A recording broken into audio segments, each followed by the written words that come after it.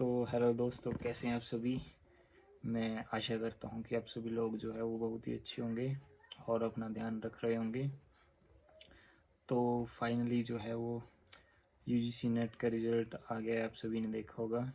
और मैंने भी दिया था पॉलिटिकल साइंस में, लेकिन जो हमारे सब्जेक्ट था उसकी जो कट ऑफ थी वो एकदम यहाँ से यहाँ आ गई है।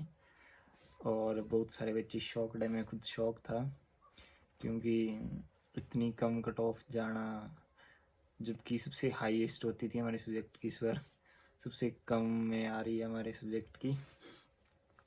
तो मैंने जो है वो इस बारी अपना यूजीसी नेट क्वालिफाई किया, जेआरएफ नहीं।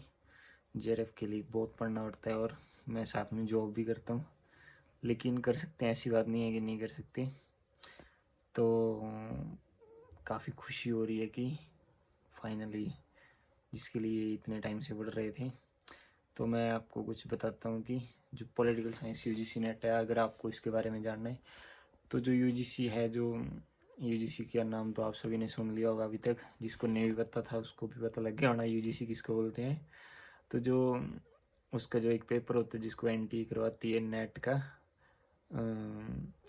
इसके थ्रू जो है वो आप पीएचडी में एडमिशन ले सकते हैं और साथ ही असिस्टेंट प्रोफेसर बन सकते हैं। इसके अलावा आप सेट भी दे सकते हैं स्टेट का, लेकिन अगर आपको पीएचडी में एडमिशन लेनी है तो आपको नेट देना ही पड़ेगा।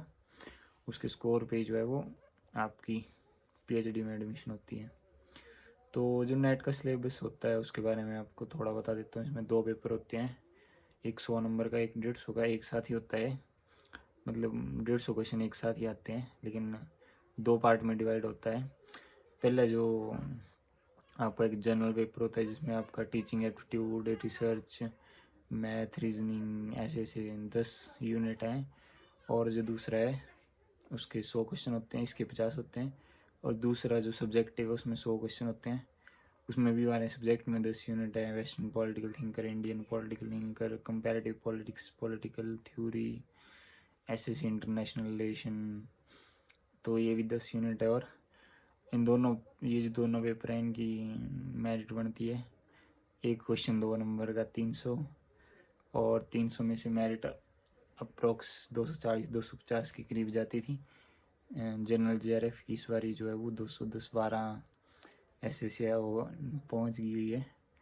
तो जिन्होंने पहली बार दिया होगा वो तो काफ़ी, उनको तो चलो इसका अंदाज़ा भी नहीं होगा कि इस तरह पेपर आता, लेकिन जो बार बार अटैम्प्ट दे रहे थे उनके लिए तो काफ़ी वो था, सरप्राइजिंग पेपर था कि कहाँ से आ गया इतना।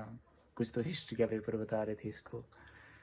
तो अगर आप भी इसकी तैयारी कर रहे हैं तो आप कहाँ कहाँ से पढ़ सकते हो, तो आप मल्टीपल जगह से पढ़ सकते हो। कुछ बुक्स ले सकते हो, जैसे वेस्टर्न पॉलिटिकल थिंकर है, उसकी स्पेसिफिक बुक लेके आप तैयारी कर सकते हो, उनको डीपली स्टडी करना हो अगर। और अगर आपके पास टाइम कम है, जैसे अगर आप मान लो आपको जून का अटैम्प्ट देना है, तो आप इतने कम टाइम में आप बुक्स कवर, अगर मेरे पास तो टाइम नहीं होता था, लेकिन फिर भी काफ़ी किया, काफ़ी कोशिश की करते करते। तो बुक्स नहीं तो आप ऑनलाइन भी कर सकते हो। ऑनलाइन आजकल ऑनलाइन बहुत सारा मटेरियल यूट्यूब पे फ्री में कर सकते हो। इसके अलावा आप पीवाई की यूज़ के लिए कोई भी टेस्ट सीरीज़ ले सकते हैं। मल्टीपल प्लेटफॉर्म आज दे रहे हैं अपनी अपनी पीवाई की तो सबसे इम्पोर्टेंट होते हैं नेट में। अगर ये नहीं किए तो, क्योंकि इसी से जो आपका बेस बन जाता है कि क्या पढ़ना है क्या नहीं पढ़ना है, कहाँ कहाँ तक एनटीए जा सकता है। इस बारी का जो पीवाई की वो काफ़ी अलग मिलेगा, लेकिन पीछे वाले आप देख सकते हैं। तो एनटीए का कोई भरोसा नहीं है, तो आपको सब हर एक इन्वायरमेंट के लिए तैयार रहना है।